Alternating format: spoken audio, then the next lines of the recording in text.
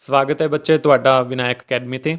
ਜਿਵੇਂ ਕਿ ਤੁਹਾਨੂੰ ਸਭ ਨੂੰ ਪਤਾ ਹੈ ਕਿ ਪੀਐਸਟੈਟ ਐਗਜ਼ਾਮ 1 ਦਸੰਬਰ 2024 ਨੂੰ ਹੋਣਾ ਹੈ। ਉਹ ਅਨਾਉਂਸ ਹੋ ਚੁੱਕੀ ਹੈ ਡੇਟ। ਸੋ ਉਸ ਚੀਜ਼ ਨੂੰ ਧਿਆਨ ਵਿੱਚ ਰੱਖਦੇ ਹੋਏ ਅਸੀਂ ਪੰਜਾਬੀ ਲੈਂਗੁਏਜ ਦੀ ਸ਼ੁਰੂਆਤ ਕਰ ਰਹੇ ਹਾਂ ਆਪਦੇ ਚੈਨਲ ਤੇ। ਇਸ ਤੋਂ ਪਹਿਲਾਂ ਹਿਸਟਰੀ ਤੇ ਪੋਲੀਟਿਕਸ ਦੀ ਕਲਾਸ ਆਲਰੇਡੀ ਚੱਲ ਰਹੀ ਹੈ, ਤੁਸੀਂ ਜਾ ਕੇ ਦੇਖ ਸਕਦੇ ਹੋ। ਤੇ ਪੰਜਾਬੀ ਲੈਂਗੁਏਜ ਦੇ ਰਿਗਾਰਡਿੰਗ ਕਲਾਸ ਅੱਜ ਸੈਕਿੰਡ ਹੈ, ਇੱਕ ਆਲਰੇਡੀ ਕੱਲ੍ਹ ਲੱਗ ਚੁੱਕੀ ਹੈ। ਸੋ ਤੁਸੀਂ ਇਸ ਚੀਜ਼ ਨੂੰ ਜ਼ਰੂਰ ਦੇਖੋ, ਤੁਹਾਡੀ ਪਕੜ ਮਜ਼ਬੂਤ ਹੋਏਗੀ MCQ ਤੇ। ਤੁਹਾਨੂੰ MCQ ਸੋਲਵ ਕਰਨੇ ਆਉਣਗੇ। ਫ੍ਰੀ ਦੇ ਵਿੱਚ ਹੈ, ਤੁਸੀਂ ਲਗਾ ਸਕਦੇ ਹੋ YouTube ਚੈਨਲ ਤੇ। ਤੁਸੀਂ ਆਪਦੀ ਪ੍ਰੈਕਟਿਸ ਜ਼ਰੂਰ ਕਰੋ। ਹਿਸਟਰੀ ਪੋਲੀਟਿਕਸ ਤੇ ਪੰਜਾਬੀ ਦੀ ਕਲਾਸਿਸ ਸ਼ੁਰੂ ਹੋ ਚੁੱਕੀਆਂ ਹੈ। ਆਉਣ ਵਾਲੇ ਟਾਈਮ ਦੇ ਵਿੱਚ ਅਸੀਂ ਸਾਈਕੋਲੋਜੀ ਦੀ ਵੀ ਸ਼ੁਰੂ ਕਰਾਂਗੇ। ਸੋ ਜਿੰਨੀ ਤੁਹਾਨੂੰ ਇੱਥੋਂ ਨੌਲੇਜ ਮਿਲਦੀ ਹੈ ਜ਼ਰੂਰ ਤੁਸੀਂ ਗੇਨ ਕਰੋ। ਪੰਜਾਬੀ ਦੀ ਕਲਾਸਿਸ ਵਿੱਚ ਅਸੀਂ ਪ੍ਰੀਵੀਅਸ ਈਅਰ ਐਗਜ਼ਾਮ ਤੋਂ ਸ਼ੁਰੂਆਤ ਕੀਤੀ ਹੈ। ਅੱਜ ਦਸੰਬਰ 2013 ਦੇ ਵਿੱਚ ਜਿਹੜਾ ਐਗਜ਼ਾਮ ਹੋਇਆ ਸੀ ਪੀਐਸਟੈਟ, ਉਸ ਦੇ ਬਾਰੇ ਆਪਾਂ ਗੱਲ ਕਰਾਂਗੇ। ਤਾਂ ਚਲੋ ਆਪਾਂ ਕਲਾਸ ਦੀ ਸ਼ੁਰੂਆਤ ਕਰਦੇ ਹਾਂ। ਪੰਜਾਬੀ ਲੈਂਗੁਏਜ ਵਿੱਚ 30 ਕੁਐਸਚਨ ਆਉਂਦੇ ਨੇ, ਜਿਹਦੇ ਵਿੱਚ 15 ਕੁਐਸਚਨ 2 ਅਣਡਿੱਠੇ ਪੈਰੇ ਦੇ ਰਿਗਾਰਡਿੰਗ ਹੁੰਦੇ ਨੇ। ਅਣਡਿੱਠਾ ਦਾ ਮਤਲਬ ਇਹ ਹੁੰਦਾ ਕਿ ਇਹਦਾ ਕੋਈ ਸਿਲੇਬਸ ਨਹੀਂ ਹੁੰਦਾ, ਇਹ ਕਿਤੋਂ ਵੀ ਆ ਸਕਦੇ ਨੇ। ਇਹਦੀ ਕੋਈ ਸਪੈਸੀਫਿਕ ਬੁੱਕ ਨਹੀਂ ਹੁੰਦੀ ਕਿ ਤੁਸੀਂ ਉਹ ਪੜ੍ਹ ਕੇ ਜਾਓ, ਕਿਤੋਂ ਵੀ ਆ ਸਕਦੇ। ਇਹਨਾਂ ਦਾ ਕੋਈ ਕਿਤੇ ਵੀ ਸਿਲੇਬਸ ਨਹੀਂ ਲਿਖਿਆ ਹੋਇਆ, ਇਸ ਲਈ ਇਹਨੂੰ ਅਣਡਿੱਠਾ ਕਿਹਾ ਜਾਂਦਾ ਹੈ। ਇੱਕ ਪੈਰਾ ਵਾਰਤਕ ਦੇ ਰੂਪ ਵਿੱਚ ਹੁੰਦਾ ਅਤੇ ਇੱਕ ਕਾਵਿ ਦੇ ਰੂਪ ਵਿੱਚ ਹੁੰਦਾ, ਜਿਹਦੇ ਵਿੱਚ ਤੁਸੀਂ ਕੁਐਸਚਨ ਲੱਭਣੇ ਹੁੰਦੇ ਆ। ਇਹ ਤਾਂ ਤੁਹਾਡੀ ਪ੍ਰੈਕਟਿਸ 'ਤੇ ਹੀ ਡਿਪੈਂਡ ਕਰਦਾ ਹੈ। ਜਿੰਨੀ ਪ੍ਰੈਕਟਿਸ ਕਰੋਗੇ ਉਹਨੇ ਤੁਹਾਨੂੰ ਪਹਿਰੇ ਅਣਡਿੱਠੇ ਪੈਰੇ ਕਰਨੇ ਆਉਣਗੇ। ਸੋ ਇਸ ਲਈ ਕਹਿ ਰਿਹਾ ਸੀ ਕਿ ਤੁਸੀਂ MCQ ਜ਼ਰੂਰ ਲਗਾਓ। ਠੀਕ ਹੈ, ਫ੍ਰੀ ਦੇ ਵਿੱਚ ਹੈ, ਇਹਨੂੰ ਜ਼ਰੂਰ ਲਗਾਓ। ਤੁਹਾਡੀ ਪ੍ਰੈਕਟਿਸ ਪੱਕੀ ਹੋਏਗੀ, ਤੁਹਾਡੀ MCQ 'ਤੇ ਪਕੜ ਬਣੇਗੀ। ਤਾਂ ਆਪਾਂ ਪਹਿਲਾਂ ਅਣਡਿੱਠਾ ਪੈਰਾ ਕਰਦੇ ਹਾਂ। ਸੋ ਇਸ ਪੈਰੇ ਨੂੰ ਤੁਸੀਂ ਪੜ੍ਹ ਲਿਆ ਜੇ ਸਟੋਪ ਕਰਕੇ, ਕਿਉਂਕਿ ਇਹ ਰਿਕਾਰਡਿਡ ਫਾਰਮ ਦੇ ਵਿੱਚ ਇਹ ਕਲਾਸ ਕੋਈ ਲਾਈਵ ਨਹੀਂ ਹੈਗੀ, ਰਿਕਾਰਡਿਡ ਹੈ। ਤੁਸੀਂ ਇਹਨੂੰ ਸਟੋਪ ਕਰਕੇ ਆ ਸਾਰਾ ਪੈਰਾ ਪੜ੍ਹ ਸਕਦੇ ਹੋ। ਅਗਰ ਮੈਂ ਕਾਫੀ ਟਾਈਮ ਇੱਥੇ ਰੁਕਿਆ ਤਾਂ ਵੀਡੀਓ ਬਹੁਤ ਲੰਬੀ ਹੋ ਜਾਏਗੀ। ਇਸ ਤੋਂ ਬਾਅਦ ਆਲੇ ਪੈਰੇ ਵੀ ਤੁਸੀਂ ਪੜ੍ਹਨੇ ਆ। ਉਸ ਤੋਂ ਬਾਅਦ ਇਸ ਸਲਾਈਡ ਨੂੰ ਵੀ ਤੁਸੀਂ ਪੜ੍ਹਨਾ ਹੈ। ਇੱਥੇ ਸਾਰਾ ਜਿਹੜਾ ਹੈ ਪੈਰਾ ਖਤਮ ਹੁੰਦਾ ਹੈ, ਅਣਡਿੱਠਾ ਪੈਰਾ ਜਿਹੜਾ ਹੈ ਉਹ ਸਮਾਪਤ ਹੁੰਦਾ ਹੈ। ਆਪਾਂ ਹੁਣ ਕੁਐਸਚਨ ਕਰਦੇ ਹਾਂ। ਤੁਸੀਂ ਉਹਨਾਂ ਤਿੰਨਾਂ ਸਲਾਈਡ ਨੂੰ ਪਹਿਲਾਂ ਪੜ੍ਹ ਲਿਆ ਜੇ ਜ਼ਰੂਰ ਸਟੋਪ ਕਰਕੇ। ਸੋ ਮੈਂ ਕੁਐਸਚਨ ਤੋਂ ਸ਼ੁਰੂਆਤ ਕਰਦਾ। ਲੋਕਤੰਤਰਿਕ ਵਿਵਸਥਾ ਵਿੱਚ ਆਸਾਂ ਪੂਰੀਆਂ ਨਾ ਹੋ ਸਕਣ ਲਈ ਜਵਾਬਦੇਹ ਹੈ। ਤੋ ਇਸ ਦਾ ਕੀ ਆਏਗਾ? ਇਸ ਦਾ ਆਏਗਾ ਆਪਸ਼ਨ ਏ, ਰਾਜਨੀਤੀ ਵਿੱਚ ਮੌਕਾ ਪ੍ਰਸਤੀ ਦਾ ਬੋਲ ਬਾਲਾ ਹੋਣਾ ਆਸਾਂ ਪੂਰੀਆਂ ਨਾ ਹੋਣ ਲਈ ਜਵਾਬਦੇਹ ਹੈ। ਦਲ ਬਦਲਣ ਦੀ ਰਾਜਨੀਤੀ ਕੀ ਐਲਾਨ ਕਰਦੀ ਹੈ? ਤਾਂ ਇਸ ਦਾ ਕੀ ਆਏਗਾ? ਇਸ ਦਾ ਆਏਗਾ ਆਪਸ਼ਨ ਬੀ, ਸੱਤਾ ਪ੍ਰਾਪਤੀ ਪ੍ਰਮੁੱਖ ਮਨੋਰਥ ਹੈ। ਸਮੂਹਿਕ ਦਲ ਬਦਲੀ ਕਰਨ ਤੇ ਕਿਹੜੀ ਪ੍ਰਤੀਕਿਰਿਆ ਵੇਖਣ ਨੂੰ ਮਿਲਦੀ ਹੈ?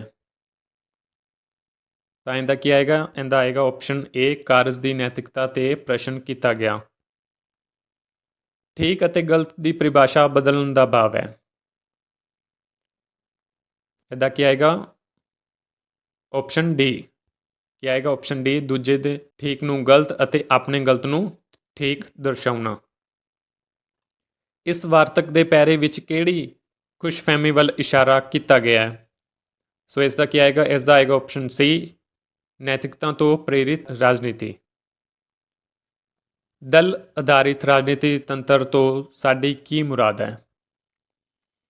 ਸੋ ਇਸ ਦਾ ਕੀ ਆਏਗਾ? ਇਸ ਦਾ ਆਏਗਾ ਆਪਸ਼ਨ ਡੀ, ਸੰਗਠਨ ਦੀਆਂ ਸਰਗਰਮੀਆਂ ਵਿੱਚ ਲੋਕ ਕਲਿਆਣ ਤੇ ਧਿਆਨ ਦਿੱਤਾ ਜਾਵੇਗਾ।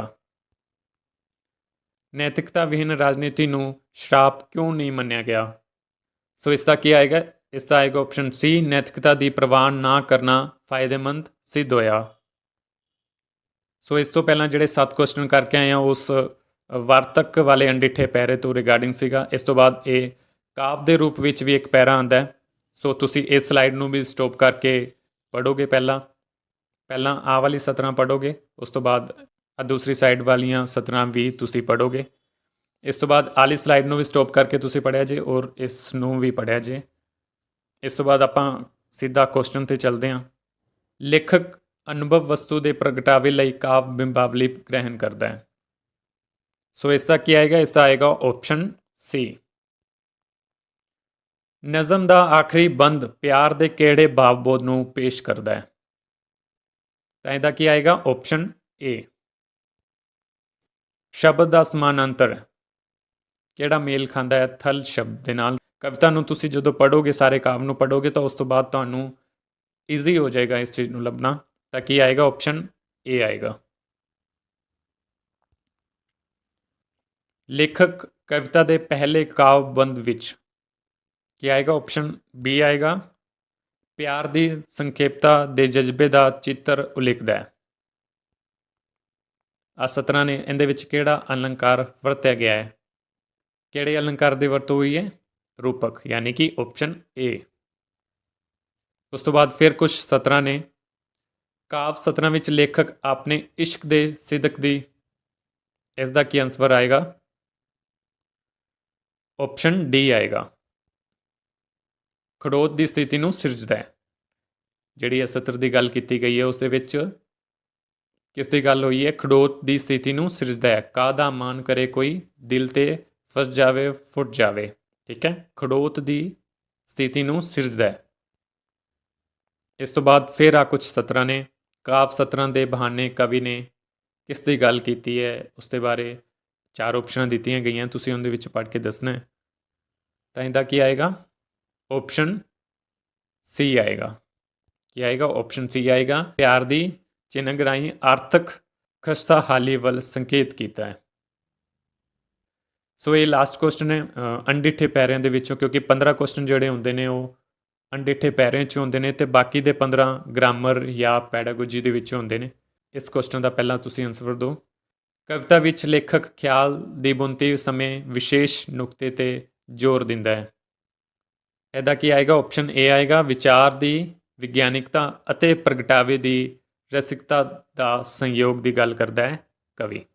ਠੀਕ ਹੈ, ਕਵਿਤਾ ਦੇ ਵਿੱਚ ਲੇਖਕ। ਸੋ ਇੱਥੋਂ ਹੁਣ ਗ੍ਰਾਮਰ ਤੇ ਪੈਡਾਗੋਜੀ ਦੇ ਰਿਗਾਰਡਿੰਗ ਕੁਐਸਚਨ ਦੀ ਸ਼ੁਰੂਆਤ ਹੋ ਰਹੀ ਹੈ। ਰਜਿਸਟਰ ਸੰਬੰਧਿਤ ਹੈ। ਕਿਸ ਤੋਂ ਸੰਬੰਧਿਤ ਹੈ ਰਜਿਸਟਰ? ਤਾਂ ਕੀ ਆਏਗਾ? ਆਪਸ਼ਨ ਏ ਆਏਗਾ। ਵਿਸ਼ੇਸ਼ ਅਨੁਸ਼ਾਸਨ ਦੀ ਸ਼ਬਦਾਵਲੀ ਨਾਲ ਸੰਬੰਧਿਤ ਹੈ। NCF 2005 ਦੇ ਅਨੁਸਾਰ ਭਾਸ਼ਾ ਸਿੱਖਿਆ ਕੀ ਹੈ? ਕੀ ਆਏਗਾ? ਆਪਸ਼ਨ ਸੀ ਆਏਗਾ। ਵਿਦਿਆਰਥੀਆਂ ਦੀ ਕਿਰਿਆਸ਼ੀਲ ਸਹਿਭਾਗਤਾ 'ਤੇ ਬਲ ਦਿੰਦੀ ਹੈ। ਭਾਸ਼ਾ ਸਾਹਿਤ ਸਿੱਖਿਆ ਦਾ ਮੁੱਖ ਉਦੇਸ਼ ਕੀ ਹੈ?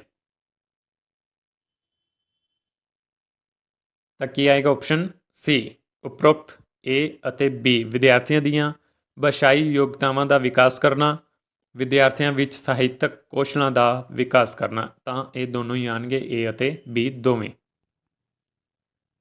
ਆਗਮਨ ਵਿਧੀ ਦੁਆਰਾ ਵਿਆਕਰਨ ਸਿੱਖਿਆ ਦੀ ਤਰਤੀਬ ਹੈ। ਇਹਨੂੰ ਤਰਤੀਬ ਵਿੱਚ ਲਾਣਾ ਹੈ। ਸਾਰੇ ਤੋਂ ਪਹਿਲਾਂ ਕੀ ਆਏਗਾ, ਉਸ ਤੋਂ ਬਾਅਦ ਕੀ ਆਏਗਾ, ਤੇ ਲਾਸਟ ਵਿੱਚ ਕੀ ਆਏਗਾ। ਤਾਂ ਕੀ ਆਏਗਾ? ਆਪਸ਼ਨ ਡੀ ਆਏਗਾ। ਉਦਾਹਰਨ, ਉਸ ਤੋਂ ਬਾਅਦ ਵਿਸ਼ਲੇਸ਼ਣ, ਫਿਰ ਸਧਾਰਨੀਕਰਨ, ਉਸ ਤੋਂ ਬਾਅਦ ਨਿਯਮੀਕਰਨ। ਠੀਕ ਹੈ, ਇਹ ਆਰਡਰ ਹੈ ਆਗਮਨ ਵਿਧੀ ਦਾ। ਜੀਵਨ ਨਾਲ ਜੋੜਨ ਦਾ ਸਿਧਾਂਤ ਭਾਸ਼ਾਈ ਸਿੱਖਣ ਦੇ ਤਹਿਤ ਸੰਕੇਤ ਕਰਦਾ ਹੈ। ਕਿਸ ਨਾਲ ਸੰਕੇਤ ਕਰਦਾ ਹੈ? ਤਾਂ ਕੀ ਆਏਗਾ? ਆਪਸ਼ਨ ਸੀ ਆਏਗਾ।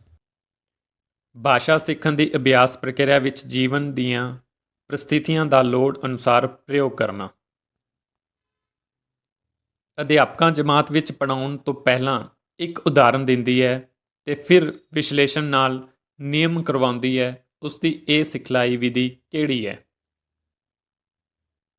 ਉਦਾਹਰਨ ਪਹਿਲਾਂ, ਠੀਕ ਹੈ, ਫਿਰ ਵਿਸ਼ਲੇਸ਼ਣ। ਆਪਾਂ ਪਿੱਛੇ ਕੁਐਸਚਨ ਕਰਕੇ ਵੀ ਆਏ ਹਾਂ, ਤਾਂ ਇਹਦਾ ਕੀ ਆਏਗਾ? ਕੀ ਆਏਗਾ? ਆਪਸ਼ਨ ਏ ਆਏਗਾ, ਆਗਮਨ ਵਿਧੀ। ਕੀ ਆਏਗਾ? ਆਗਮਨ ਵਿਧੀ ਸਫਲ ਉਪਚਾਰਾਤਮਕ ਸਿਖਲਾਈ ਲਈ ਜ਼ਰੂਰੀ ਹੈ। ਕੀ ਜ਼ਰੂਰੀ ਹੈ? ਆਪਸ਼ਨ ਡੀ, ਯਾਨੀ ਕਿ ਸਮੱਸਿਆ ਦੇ ਕਾਰਨ ਦੀ ਸਹੀ ਪਛਾਣ। ਠੀਕ ਹੈ, ਉਪਚਾਰਾਤਮਕ ਵਿੱਚ ਕੀ ਹੁੰਦਾ? ਸਮੱਸਿਆ ਨੂੰ ਹੀ ਤਾਂ ਉਹਦੀ ਤਾਂ ਪਛਾਣ ਕੀਤੀ ਜਾਂਦੀ ਹੈ। ਠੀਕ ਹੈ, ਉਸੇ ਨੂੰ ਤਾਂ ਆਪਾਂ ਉਪਚਾਰਾਤਮਕ ਸਿਖਲਾਈ ਕਹਿੰਦੇ ਹਾਂ। ਭਾਸ਼ਣ ਤੇ ਲੇਖਣ ਵਿੱਚ ਕਿਹੜਾ ਬੁਨਿਆਦੀ ਫਰਕ ਹੈ? ਦੋਨਾਂ ਵਿੱਚ ਕੀ ਫਰਕ ਹੈ ਭਾਸ਼ਣ ਤੇ ਲੇਖਣ ਵਿੱਚ? ਕੀ ਆਏਗਾ? ਆਪਸ਼ਨ ਬੀ ਆਏਗਾ। ਬੋਲੀ ਜਾਣ ਵਾਲੀ ਭਾਸ਼ਾ ਕੁਦਰਤੀ ਤੌਰ ਤੇ ਜ਼ਿਆਦਾ ਅਸਥਾਈ ਹੈ। Option B. ਭਾਸ਼ਾ ਪ੍ਰਾਪਤੀ ਅਤੇ ਭਾਸ਼ਾ ਸਿੱਖਿਆ ਵਿੱਚ ਮੁੱਖ ਅੰਤਰ ਕੀ ਹੈ? ਤਾਂ ਇਸ ਦਾ ਕੀ ਆਏਗਾ? ਆਪਸ਼ਨ ਸੀ ਆਏਗਾ। ਸਹਿਜਤਾ ਅਤੇ ਸੁਭਾਵਿਕਤਾ ਦਾ। ਕੀ ਆਏਗਾ? ਸੀ ਆਏਗਾ। ਪਾਠ ਪੁਸਤਕਾਂ ਮਹੱਤਵਪੂਰਨ ਹਨ। ਕਿਉਂ ਮਹੱਤਵਪੂਰਨ ਹਨ ਪਾਠ ਪੁਸਤਕਾਂ? ਤਾਂ ਕੀ ਆਏਗਾ? ਆਪਸ਼ਨ ਬੀ, ਕਿਉਂਕਿ ਇਹ ਵਿਦਿਆਰਥੀਆਂ ਨੂੰ ਆਪਣੇ ਆਲੇ ਦੁਆਲੇ ਦੀ ਪੜਚੋਲ ਦਾ ਅਵਸਰ ਪ੍ਰਦਾਨ ਕਰਦੇ ਹਨ। ਬੱਚੇ ਵਿੱਚ ਭਾਸ਼ਾ ਦਾ ਵਿਕਾਸ ਕਿੱਦਾਂ ਹੁੰਦਾ ਹੈ? ਤਾਂ ਕੀ ਆਏਗਾ? ਆਪਸ਼ਨ ਡੀ ਆਏਗਾ। ਉਪਰੋਕਤ ਏ ਅਤੇ ਬੀ ਦੋਵੇਂ ਤਰੀਕਿਆਂ ਨਾਲ। ਕੁਝ ਹੱਦ ਤੱਕ ਜਨਮ ਤੋਂ ਹੀ ਹੁੰਦਾ ਹੈ, ਸਮਾਜਿਕ ਸੱਭਿਆਚਾਰਕ ਸੰਦਰਭਾਂ ਨਾਲ ਵੀ ਹੁੰਦਾ ਹੈ। ਤਾਂ ਇਹ ਦੋਨੋਂ ਹੀ ਆਉਣਗੇ, ਏ ਅਤੇ ਬੀ। ਭਾਸ਼ਾ ਸੰਬੰਧੀ ਕਿਹੜਾ ਕਥਨ ਦੁਰਸਤ ਹੈ? ਇਹਨਾਂ ਚਾਰਾਂ ਵਿੱਚ ਕਿਹੜਾ ਕਥਨ ਭਾਸ਼ਾ ਦੇ ਰਿਲੇਟਿਡ ਦੁਰਸਤ ਹੈ? ਤਾਂ ਉਸ ਦਾ ਕੀ ਆਏਗਾ? ਆਪਸ਼ਨ ਏ ਆਏਗਾ। ਭਾਸ਼ਾ ਸਮਾਜ ਤੋਂ ਬਾਹਰ ਮੌਜੂਦ ਅਤੇ ਵਿਕਸਿਤ ਨਹੀਂ ਹੋ ਸਕਦੀ। ਸਮਾਜ ਦੇ ਵਿੱਚ ਰਹਿ ਕੇ ਹੀ ਭਾਸ਼ਾ ਜਿਹੜੀ ਹੈ ਵਿਕਸਿਤ ਹੁੰਦੀ ਹੈ। ਠੀਕ ਹੈ। ਕਵਿਤਾ, ਵਾਰਤਕ ਤੇ ਨਾਟਕ ਨੂੰ ਉੱਚ ਜਮਾਤਾਂ ਵਿੱਚ ਪੜ੍ਹਾਉਣ ਦਾ ਮੂਲ ਮਨੋਰਥ ਹੈ। ਇਹਨਾਂ ਸਭ ਨੂੰ ਉੱਚ ਜਮਾਤਾਂ ਵਿੱਚ ਪੜ੍ਹਾਉਣ ਦਾ ਕੀ ਮਨੋਰਥ ਹੈ? ਤਾਂ ਕੀ ਆਏਗਾ? ਆਪਸ਼ਨ ਡੀ ਆਏਗਾ। ਸਾਹਿਤਿਕ ਸੰਵੇਦਨਸ਼ੀਲਤਾ ਨੂੰ ਵਧਾਉਣਾ। ਜਮਾਤ ਵਿੱਚ ਵਿਅਕਤੀਗਤ ਭਿੰਨਤਾ ਹੋਣ ਦੇ ਕਾਰਨ ਕੀ ਆਏਗਾ? Option B. ਸਧਾਰਨ ਸਮਾਜਿਕ ਅੰਤਰ ਅਨੁਸ਼ਾਸਨੀ ਸਿੱਖਿਆ ਹੋਣੀ ਚਾਹੀਦੀ ਹੈ। ਠੀਕ ਹੈ। ਗਦ ਅਧਿਐਨ ਦਾ ਪ੍ਰਮੁੱਖ ਉਦੇਸ਼ ਹੈ। ਗਦ ਦੇ ਅਧਿਐਨ ਦਾ ਪ੍ਰਮੁੱਖ ਉਦੇਸ਼ ਕੀ ਹੈ? ਤਾਂ ਕੀ ਆਏਗਾ? Option B. ਭਾਸ਼ਾ, ਹਾਵ ਭਾਵ, ਵਿਚਾਰ ਦਾ ਵਿਸ਼ਲੇਸ਼ਣ ਕਰਨਾ। ਠੀਕ ਹੈ। ਤਾਂ ਠੀਕ ਹੈ ਬੱਚੇ, ਆਪਣੇ 30 ਕੁਐਸਚਨ ਪੂਰੇ ਹੁੰਦੇ ਆ। ਮਿਲਦੇ ਆ ਕੱਲ ਅਗਲੇ ਕੁਐਸਚਨ ਦੇ ਨਾਲ। ਅੱਜ ਦੇ ਲਈ ਇੰਨਾ ਹੀ। ਬਹੁਤ ਬਹੁਤ ਧੰਨਵਾਦ।